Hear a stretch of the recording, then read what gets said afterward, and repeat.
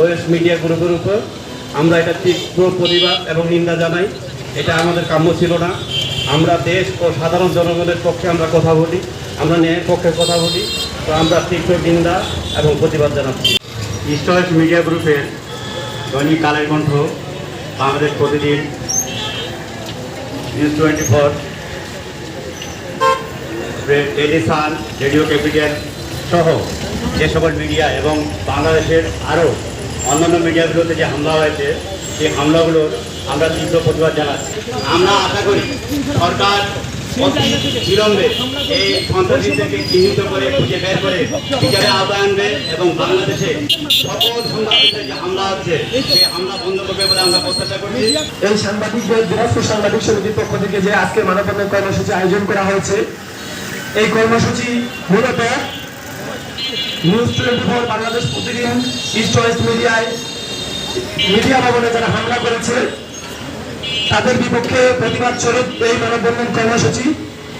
বৈষম্যবিরোধী ছাত্র আন্দোলনের একজন প্রতিনিধি হিসেবে আমি স্পষ্ট করে বলে দিতে চাই, আপনারা দেখেছেন আমাদের আন্দোলন চলাকালীন সময়েও একটা পক্ষ বিভিন্ন সময় মিডিয়া ভবন থেকে শুরু করে বিভিন্ন সরকারি স্থাপনায় হামলা করে ছাত্রদের উপরে চাপিয়ে নিয়ে ছাত্রদের যে আন্দোলনের গতিবেগ, সেই গতিবেগকে থামিয়ে দেওয়ার চেষ্টা করেছে।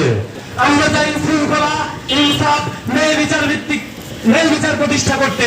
সেই জায়গা থেকে আমাদের বৈষম্য বিরোধী ছাত্র আন্দোলনের অবস্থান হলো সবসময় সাংবাদিকরা যেহেতু সমাজের আয়না, সেই আয়নাকে রক্ষা করা।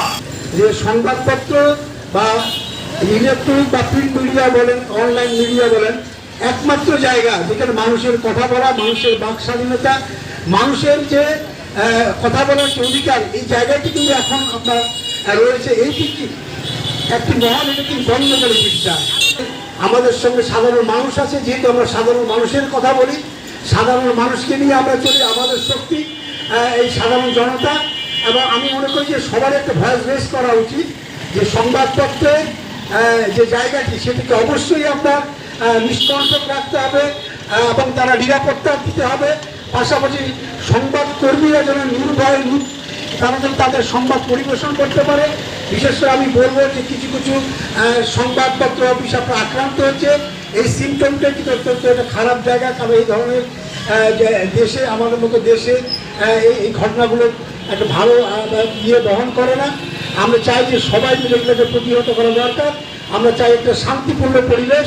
এই পরিবেশকে বজায় রাখার জন্য বিশেষ করে আমি ছাত্র ভাইদের প্রতি সেটা আহ্বান জানাবো যে আপনারা যে সফলতা নিয়ে এসেছেন, এটিকে কিন্তু আপনার ধ্বংস করার জন্য ষড়যন্ত্রকারী সবসময় তৎপর রয়েছে।